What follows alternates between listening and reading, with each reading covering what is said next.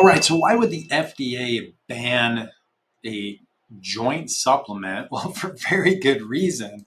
Check out this headline. Amazy, that's the name of this amazing joint supplement product, contains hidden drug ingredients. So let's dig into this because this is fairly recent, but all too common in the world of, miraculous joint supplements, help your pain with less medications, drugs. The angle these companies take is that, hey, we got a natural thing. So we're looking at the product down here. It's hyaluronic acid. Hyaluronic acid is a natural component made by the joint and the joint lining to lubricate the joint. So on the surface, hey, this sounds like a good idea. Hyaluronic acid, I could take this little caplet of this thing daily, lubricate the joints, feel better, maybe not have to take some of the other medications with more side effects like anti-inflammatory medications, the ibuprofen, Aleve, and all that stuff.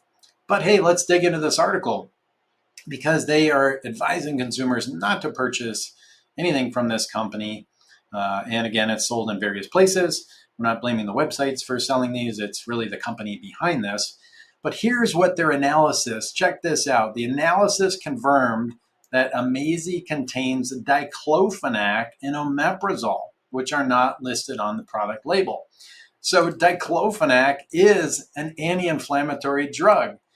So no wonder the product works amazingly, because it's not the hyaluronic acid, because who knows if it even has a good component of hyaluronic acid in there, but it actually has a drug in there. So a drug designed to decrease inflammation and help with joint pain. So diclofenac is very commonly prescribed medication or even a topical NSAID, non-steroidal anti-inflammatory drug to help people with these symptoms.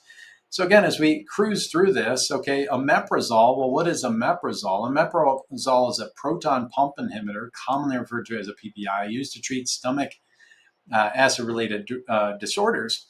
So why would we do this in there? Because again, if they have a drug with an anti-inflammatory, we know that the anti-inflammatories have a side effect of impairing the enzymes in one's gut.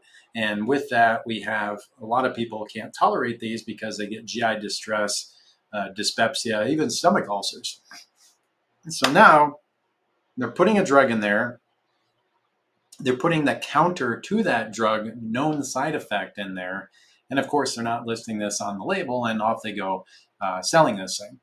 So here's the issue, right? This is the crux of it that I wanted to get to in this piece today, is that I'm all for natural remedies for joint pain, for pain in general, for inflammation, right? But we have to really do the detective work to know what we're getting from the company.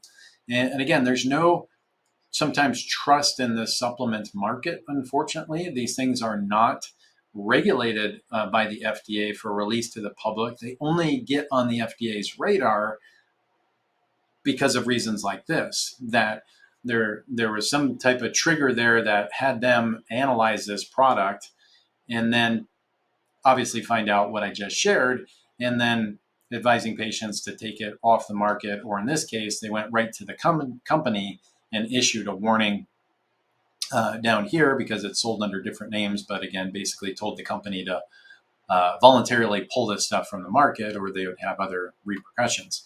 The problem with this is it's really just kind of like whack-a-mole. So they have it named Amazy, they have it named this, and that product goes away. They just relabel it, pop it up under another thing. So this is the issue, and this is the consumer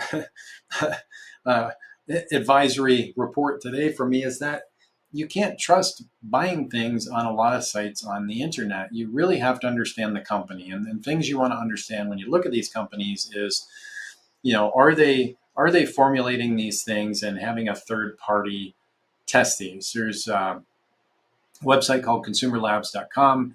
You can go there and you can look at products. They do a lot of product testing to see what, does it back up what the label says? Does it have any other things in it that shouldn't be in there, like this product?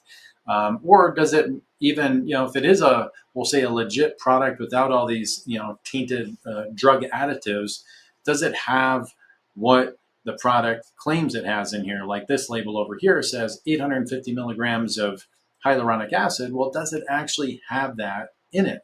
And even if it has it in it, is it a good form and quality? And so that is the tricky thing about supplements, because I use them personally. I do recommend them to my patients as a non-surgical orthopedic doc. There are things that can benefit joints like curcumin for inflammation or glucosamine or collagen products potentially, but you really, really, really have to do your homework on this. So hopefully this can help you sort through one, how to find reputable sites to buy your supplements. Two, what should you be looking for in those labels? Well, on those labels, you should be looking for some of those stamps of purity, that they're manufactured in a GMP way. That's called good manufacturing process. Maybe there's third-party certifications that they're safe to take if you're an athlete. And really then you have to dig into the company itself to say, is this a company that will willingly take their product, share it with another company to test it for its viability, for the active ingredients in that, and really be very transparent about what that product is. Because look, if companies aren't willing to do that, because yes, it does cost money, but if they're not willing to do that, they're probably cutting corners somewhere. They're probably hiding something, and those some things could be really detrimental to your health. So hopefully that helps you. And if you like little expose pieces like this, hit the like button and subscribe to the channel because I do these frequently.